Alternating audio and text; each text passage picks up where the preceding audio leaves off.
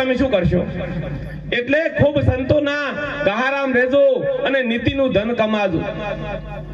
તમારા છોકરાને તો કાજુ બદામ ખવડાવજો, મારો કોઈ ના નથી, પણ પૈસા શેના છે એની ખબર રાખજો. પૈસા ઉપર બુદ્ધિ આવે છે, કાજુ બદામ થી બુદ્ધિ નહીં આવતી. અને કાજુ બદામ થી બુદ્ધિ આવતી હોય તો રૂપિયા વાળા છોકરા ગોલ્ડ ના હોય, એ તો ગંજા ભરીને ફરતા હોય છે. એટલે ખૂબ નીતિનું ધન કમાજો અને આ મનુષ્ય દેહ મળ્યો છે તો એ વેડફાઈ ના જાય એનું ધ્યાન રાખજો સાહેબ. ખૂબ હળીમળીને રહેજો અને આનંદથી વિતાવજો. આ મનુષ્ય દેહ મળ્યો છે તો પ્રભુનું ભજન કરજો સાહેબ. આપણે તો આજે ભરભારી ચિંતામાં હું કઈ જશે. પાડોશી ગાડી લાવે તો આપણે બળતરા કરવાની કે હપ્તા જમજમ ભરશે?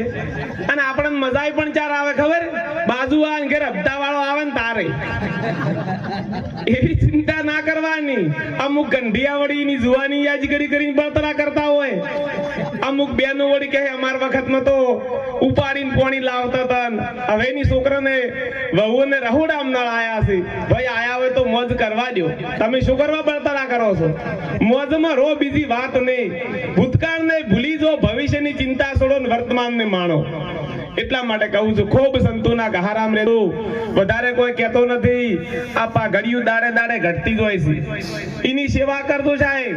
જે ઘરમાં વડીલોની સલાહ લેવરાય છે ને એ ઘરમાં વકીલ નથી લેવી પડતી. એટલે ખૂબ ગંઢીએની જૂની વાતો સાંભળજો. ડુંગરા વાળી બદલે ધજામાં તો લઈને જાજો, નકે ઉમરા વાઈને હાડલે હાસવજો. એને પૂછજો કે માં તમારે શેનું શાક ખાવું છે આજ?